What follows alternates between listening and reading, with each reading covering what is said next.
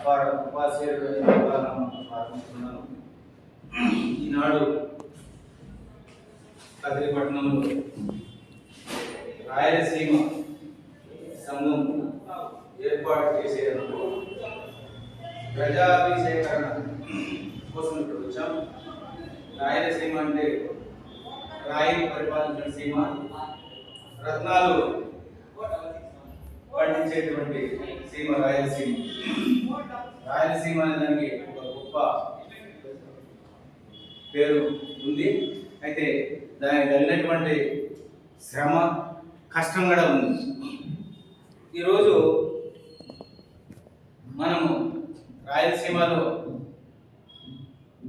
అత్యధిక జనాభా ఉన్నాం. మన ఉదయంలో 100 సోదరులు.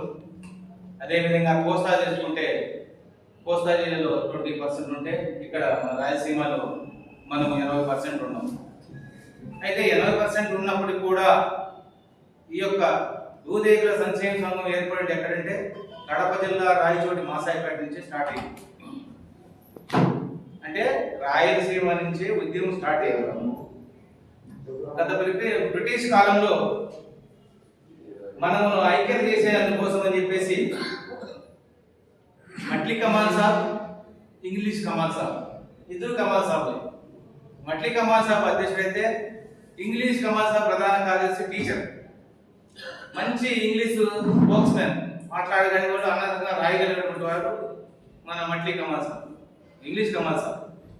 మట్లి కమాల్ సాబ్ మామూలుగా విద్య ఉన్నటువంటి వ్యక్తి. ఆయన అధ్యక్షుడు, ఈయన కార్యదర్శి.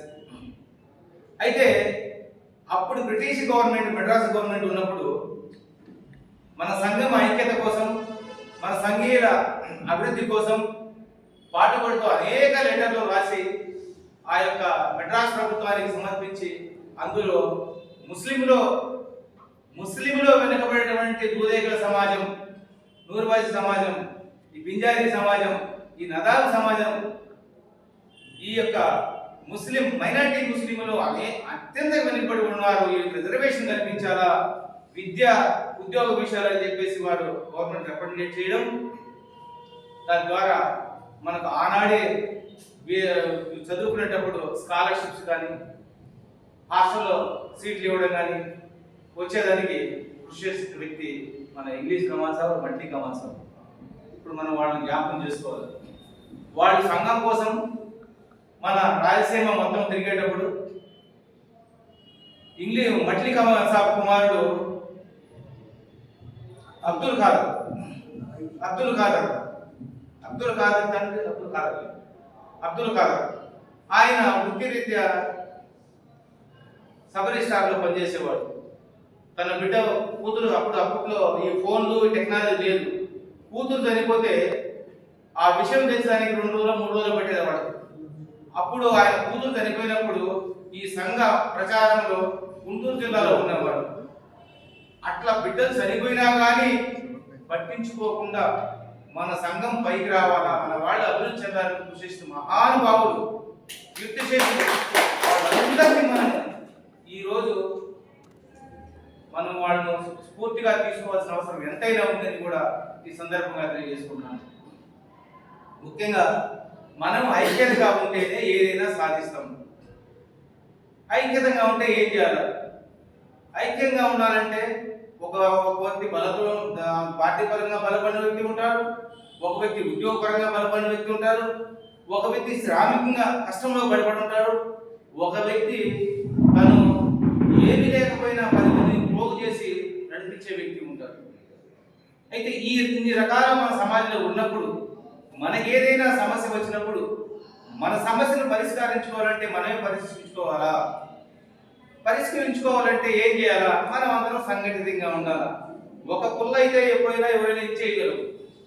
అదే 10 మంది కలిసి ఒక కట్టగా ఉండి ఒక సమస్యను తీసుకోపోతే దాన్ని తుంచాలా, విడదీయాలంటే ఎవరొక తరం కాదు. కాబట్టి మనం ఒక కట్టి మోపవలే కావాలా, ఒక సమూహం అయ్యే దానికోసమే ఈరోజు ప్రయత్నం. ముఖ్యంగా ఒక విద్యావంతుడు తనకు చట్టపరమైనటువంటి అనేక విధాలైన రూల్స్ అండ్ రెగ్యులేషన్స్ తెలుస్తాయి. అదే ఒక అయ్యవారు, బడి చెప్పే అయ్యవారు ఆ యొక్క రూల్స్ రెగ్యులేషన్స్ తన క్లాసులో ఉన్నటువంటి చదువురాని వ్యక్తికి కానీ చదువు వచ్చిన వ్యక్తికి కానీ ఆర్డినరీగా ఉన్నటువంటి మధ్య రకంగా వ్యక్తి కానీ వీళ్ళందరి యొక్క మనోభావాలను గుర్తించి వాళ్ళకు పాఠాలు చెప్పి అభివృద్ధి పరంలో నడిపేవాడే టీచరు. ఆ టీచరే మన సిద్ధయ్య అని కూడా ఎందుకంటే చదువు వల్ల సంస్కారం ఉంది. సంస్కారం వల్ల మనం ఏ విధంగా నడుచుకుంటే మన భవిష్యత్తు బాగుందని తెలుస్తుంది. ఆ విధంగా తెలిపే వ్యక్తి ఒక అయ్యవారు, ఒక చదువుకున్న వ్యక్తి, ఒక ఉద్యోగస్తుడు. వీళ్ళందరము ఇప్పుడు మనం రాయలసీమలో అల్లా దయ వల్ల మనమందరం మన పిల్లలందరూ కూడా చదువుకొని బాగా ఒక విధమైన స్థితికి వెళ్ళారు. సోదరులు ముఖ్యంగా సెల్ సైలెంట్గా పెట్టుకోండి ప్లీజ్, ఏమనుకోదు. ఎందుకంటే మన పిల్లలు బాగా చదువుకొని ప్రయోజనం అవుతున్నాం అయినా కూడా. అయితే ఇప్పుడు మన ప్రభుత్వంలో మనం ముస్లిం మైనారిటీలో అంతర్భాగంగా వెనుకున్నాం. భారతదేశంలో 133 ఇస్లాంలో ఉపకులాలు ఉన్నాయి. ఎన్ని ఉన్నాయి? 133 ఇస్లాంలో ఉపకులాలు ఉన్నాయి. అందులో 51 వచ్చేసి ఫార్వర్డ్, మిగతా 82 వచ్చేసి బ్యాక్వర్డ్ ఓబీసీ. ఆ ఓబీసీలో అత్యంత వెనుకబడ్డ ముస్లింలమే హిందూ జాతులు వాళ్ళు. ఎందుకంటే ఏ ఐఏఎస్ ఆఫీసర్ ఇచ్చినా వాళ్ళు ఇచ్చే లెటర్లో ఏమిస్తారు? దూదే క్లాసా Muslims under lower level caste of the Muslims అనే ఇస్తున్నారు. కానీ under lower level caste of the Muslim ఉన్నప్పుడు what benefits we are giving that community అనేది మాత్రం రాయదు. అయితే ఇక్కడ ముస్లింలో ఉన్నటువంటి వాళ్ళు ఈ భారతదేశానికి రాజులు, చక్రవర్తులు, బౌద్ధులుగా పాలించినారు. అంటే ఆల్రెడీ వాళ్ళు రాజ్యాంగం తెలిసినారు. కాబట్టి ఈ యొక్క హైదరాబాద్లో ఉన్నటువంటి ఈ భారతదేశం డివైడేషన్ కోసం ఆ రోజే ముస్లింలకు రిజర్వేషన్ ఉంది. ఎందుకంటే రాజులు, చక్రవర్తులు, బౌద్ధులుగా పాలించిన వాళ్లకు రాజకీయ పరివర్తన పూర్తిగా ఆ రోజు తెలిసిపోయింది. అప్పుడు వాళ్ళకే రిజర్వేషన్ అయింది.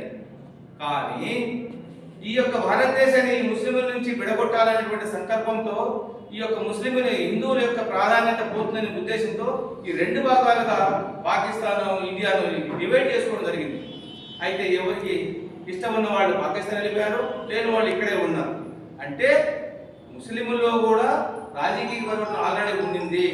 అందులో ఎక్కువగా ఉన్నది ఎవరికంటే సయ్యద్ ఖాన్ అన్న వాళ్ళు ఉన్నారు. షేక్స్ అంటే వివిధ కులాల నుంచి, అంటే ఇక్కడ ముస్లింలు కన్వర్టెడ్ ముస్లిమ్స్ అని చెప్తాం, వివిధ హిందూ కులాల నుంచి వాళ్లకు ఏమంటారు వివక్షతో చూస్తున్నటువంటి ఈ దేశంలో ఈ యొక్క ఎక్కడైతే ఆదరణ లభిస్తారో ఆ ఆదరణ స్వీకరించిన వాళ్ళే మన కన్వర్ట్ ముస్లిమ్స్, వాళ్ళు సున్నీ ముస్లిమ్స్. ఈ యొక్క 10% ఒరిజినల్ ముస్లిం అంటే 90% సున్నీ ముస్లిమ్సే. ఈ సున్నీ ముస్లింలకు అన్ని బెనిఫిట్స్ వస్తున్నాయి. కానీ అందులో ఓ కాలం నుంచి మన తాతల కాలం నుంచి మనం ముస్లింలు ఉన్నప్పుడు కూడా మనకు బెనిఫిట్స్ అందడం లేదు. వాటిని అడ్డుకట్ట వేస్తున్నారు. ఇందులో ఉన్నటువంటి మన ముస్లిము పెద్దలైతేనేమి, పండితులైతేనేమి, ఈ రాజకీయ పార్టీలో ఉన్నటువంటి ఎమ్మెల్యేలు అయితేనేమి, మినిస్టర్లు అయితేనేమి, వీళ్ళందరూ కూడా మనకు అడ్డుకట్ట వేస్తున్నారు అనేటువంటి నగ్న సత్యం. దీన్ని మనం గుర్తించుకోగలిగితేనే మనం ముందుకు పోతాం. దీన్ని మనం ఎట్లా గుర్తించుకోవాలి? మనం కొంతమంది ఏమో సుంతి పెట్టి సున్నత బదిలాం, 3 జుబ్బా వేసుకుంటాం, ఎత్తిన టోన్ పెట్టుకుంటాం, 5 పూట్ల నమాజ్ చేస్తాం. మనం ముస్లిమే. అయితే ముస్లిం మైనారిటీలో అంతర్భాగం మనమైనప్పటికీ ముస్లిం మైనారిటీ కోసం ఏదైతే రాష్ట్ర ప్రభుత్వం కానీ కేంద్ర ప్రభుత్వం కానీ ఆర్థిక ఫలాలు అందిస్తాయో అవి మనకు అందుతున్నాయా? అందడంలే. ఎందుకు అందడంలే? ఇందులో ఉన్నటువంటి ఆర్థిక బలపడిపోయిన వాళ్ళు, మేము ముస్లింలు, మీరు బీసీ ముస్లింలు కాబట్టి మీరు బీసీలో వస్తాయి, దీంట్లో రావు అనేటువంటి ఒక అడ్డకట్టు పెట్టు. అందులో మన వాళ్ళు కూడా ఎందుకు చెప్తున్నట్టే హిందువు నుంచి కన్వర్ట్ అయిన వాళ్ళే మన ఫోర్ ఫాదర్స్ అంతా కూడా మన పెద్దలంతా. వాళ్ళలో కొంతము మనం ఎక్కువగా గ్రామీణ స్థాయిలో ఉండడం వల్ల మన యొక్క స్థితిగతులన్నీ హిందువులు ముడిపడి ఉన్నాయి. అందులో మనకు హిందూ దూదేగల, ఇస్లాం దూదేగల, ముస్లిం రాసుకుంటాం. ఎందుకంటే మనకు అప్పట్లో చదువు లేదు. ఇప్పుడు ఇన్ఫోసిస్ ప్రకారం చైల్డ్ ఇన్ఫోసిస్ ఏ స్కూల్ పోయినా మీరే అర్జీ రాసేయండి, ఏ మతం ఏ కులం అడుగుతున్నారు. అప్పుడు ఎవరు అడిగేవాళ్ళ? అయ్యా మా పిల్లగా స్కూల్ చేసుకుంటే ఇంకో రాసేస్తున్నారు. కాబట్టి అందువల్ల మనలో హిందూ ఉన్నప్పటికీ ఏ ఉన్నప్పటికీ కూడా మనము ఇస్లాంలో అంతర్భాగమే. కేంద్రంలో ఉన్నటువంటి ఏదైతే సెంట్రల్ లైబ్రరీ బుక్స్ ఏదైతే ఉన్నాయో అందులో కూడా దూదేవుల పేరు ఎక్కడుందంటే ముస్లిం మైనారిటీలో ఉంది కానీ హిందువులు లేదు. దీనికి ఆధారం నా దగ్గర ఉంది. సచారి కమిటీ రిపోర్ట్ అయితేనేమి, రంగనాథ్ మిశ్రా గారి రిపోర్ట్ అయితేనేమి, మొన్నటి జరిగిన మంజునాథ్ కమిషన్ రిపోర్ట్ అయితేనేమి, అదేవిధంగా 4% ఇచ్చినటువంటి దవసుమాన కమిషన్ అయితేనేమి, మొన్న శ్రీకృష్ణ కమిటీ మొన్న ఓబీసీ కమిషన్ వేసింది 2022లో, దాంట్లోనైతేనేమి దూదేవుల చరిత్ర ముస్లింలు ఉంది కానీ హిందువులు లేదు. ఈ విషయాన్ని మనం తెలుసుకోవాలి. మనము ముస్లింలు అంతర్భాగమైనప్పుడు మనకు రావాల్సినటువంటి ఫలితాలు అందుతున్నాయా? అందడం లేదు. గత ప్రభుత్వంలో కూడా 4 ఎమ్మెల్యే సీట్లు ముస్లిం మైనారిటీకి ఇస్తే కేంద్రమేమో మనం ఓబీసీ ముస్లింగా గుర్తించింది. కేంద్రమేమో మనము ఓబీసీ ముస్లింగా గుర్తించింది. రాష్ట్రంలో కూడా మనం ముస్లింలే కదా. అంటప్పుడు అన్ని ఓసీ ముస్లింలకు అన్ని వాళ్ళకే 4% రిజర్వేషన్ వాళ్ళకే ఇచ్చారు, 4% ఎమ్మెల్యే సీట్లు వాళ్ళకే ఇచ్చారు. సరే, ఓబీసీ ముస్లింకి ఏమి ఇచ్చారు ఈ రాష్ట్ర ప్రభుత్వాలు, ఎందుకు ఇవ్వడం లేదు అనే విషయాన్ని మనము ఈ ప్రభుత్వం దృష్టి తీసుకోవాల్సిన అవసరం ఎంతైనా ఉందని ఈ సందర్భంగా తెలియజేస్తున్నాం. అయితే కేంద్ర ప్రభుత్వంలో ఉన్నటువంటి ప్రధానమంత్రి శ్రీ నరేంద్ర మోడీ గారు పస్పందా ముస్లిమ్స్ అంటే వెనుకబడిన తరగతుల ముస్లింలు, ఓబీసీ ముస్లింలకు ప్రతి రాష్ట్రంలో వాళ్ళకి అన్ని విధాల వాళ్ళ రాజకీయాల్లో అన్ని విధాల స్థానం కల్పించాలని చెప్పేసి వాళ్ళే చెప్తా ఉన్నారు. అయితే ఇక్కడ మనము యూనిటీగా లేని దాని వల్ల, ఐక్యంగా లేని దాని వల్ల, వివిధ సంఘాలు పెట్టుకున్న దాని వల్ల, మనం అందరం కలిసికట్టుగా పోరాటం చేయనందువల్ల మనకు రావాల్సినటువంటి ఎమ్మెల్సీలు అయితేనేమి, రాజకీయ పదవులు అయితేనేమి మనం నష్టపోతున్నాం. అలా పోకుండా ఉండాలంటే మనం అందరం కలిసికట్టుగా ఉండాలా. కలిసికట్టుగా ఉండాలంటే మనం అందరము ఏదైనా ఈ యొక్క రాయలసీమ ఏదైతే కమిటీ ఏర్పాటు చేస్తున్నామో, ఇక్కడ లోకల్ ఎలక్షన్స్ ఏదైతే రేపు జెడ్పీటీసీ, ఎంపీటీసీ, పంచాయతీ రెవెన్యూ, మున్సిపాలిటీకి వస్తున్నాయో వాటికి రాకముందే మనం సంఘం ఏర్పాటు చేసి ప్రతి జిల్లాలో మనం 5 నుంచి 10,000 మందిని జనాభా పెట్టి, మా కడప జిల్లాలో అయింది, ఇక్కడి నుంచి 2,000 మంది, అక్కడి నుంచి 2,000 మంది, అక్కడి నుంచి 10,000 మంది జనం ఉండి జనాన్ని మాకు చూపిస్తే కానీ ఆ రాజకీయ ఆ జిల్లాలో ఉన్నటువంటి ఎమ్మెల్యేలు, ఎంపీలు, ఆ ఇన్ఛార్జి మినిస్టర్లు భయపడి ఇంతమంది ఉన్నారు కాబట్టి మనం వాళ్ళకి న్యాయం చేయాలనేటువంటి ఒక కులికి రావాలంటే మనందరం ఏకం కావాలా.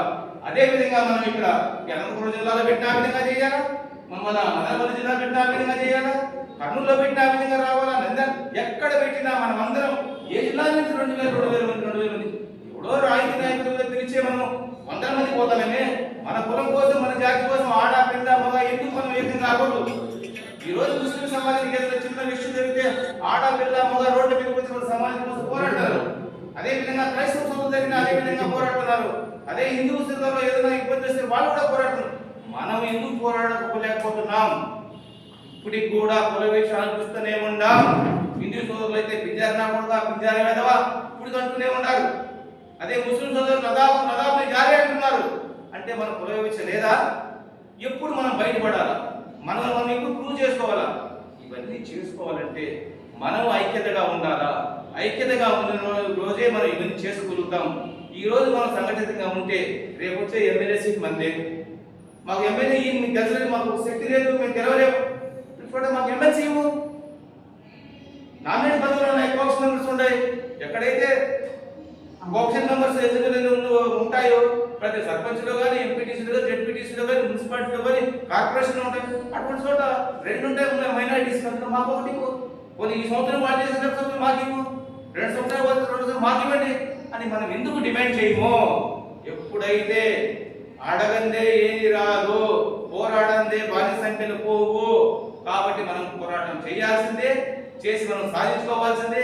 ఒక విధంగా ప్రభుత్వ పరంగా పోరాడాలా, ఒక విధంగా మనం ఇస్లాం ధర్మం ప్రకారం అంటే మన ఇస్లాం ధర్మంలో వాళ్ళతో కూడా పోరాడాల్సిన అవసరం ఎంతైనా ఉంది.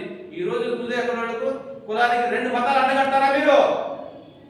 80 సంవత్సరాల స్వాతంత్రం వస్తా ఉన్నా ఈ యొక్క రాష్ట్రాలను పాలించే ఈ యొక్క పాలకులు అయితేనేమి, ఐఏఎస్ అధికారులు అయితేనేమి, మన ధార్మిక సమస్యలో ఉన్నటువంటి ఎమ్మెల్యేలు, ఎంపీలు వీళ్ళైతేనేమి ఇప్పుడు ఇక్కడ ఒక కులానికి 2 మతాలు అండగడతా ఉంటే మీ ఉద్దేశం ఏంటి?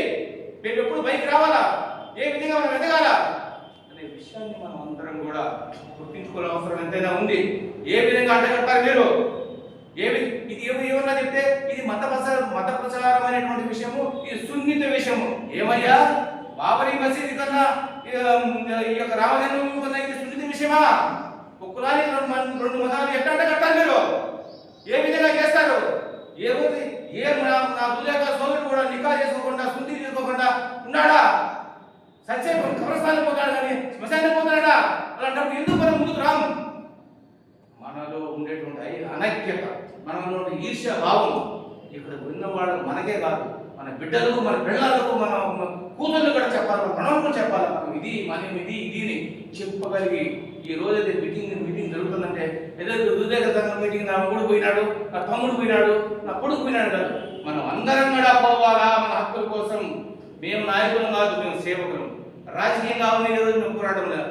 గతంలో కూడా ఈరోజు చెప్తున్నాను, గతంలో కూడా దూదే గలోళ్ళు ముస్లిం మైనారిటీకు అనూహ్యతని ఎంతో మంది ప్రకటించినప్పటికీ 2004-05లో కడపలో మహాసభ పెట్టినప్పుడు, తద్వారా రామలక్ష్మణ మైనారిటీ ప్రిన్సిపల్ సెక్రటరీ ఉన్నప్పుడు అప్పుడు మేము దూదేగౌడము మా ట్రెడిషన్స్ అండ్ కస్టమ్స్, మా యొక్క విధి విధానాలు, మా యొక్క శృంతి గొడుగులు చేసుకోవడం, పెళ్లిటప్పుడు నికా చేసుకోవడం, సచిన తర్వాత తపన కబ్రస్థానం చేయడం, ఇవన్నీ మేము ఆ యొక్క విధి విధానాలు అంతా ఇస్లాంతో ముడిపడడానికి మేము ముస్లిం అంతర్భాగం కాబట్టి మా పిల్లల ఎడ్యుకేషన్ సీటు కల్పించాలని చెప్పేసి మేము పోరాడి ఆ రోజే ఆల్ ముస్లిం మైనారిటీ ఎడ్యుకేషన్ ఒక మెమో తెచ్చిన తర్వాత ఆ మెమో ద్వారా 2 తెలుగు రాష్ట్రాల్లో మన వాళ్లకు ప్రతి జిల్లాలో మైనారిటీ సర్టిఫికేట్ ఇస్తున్నారు.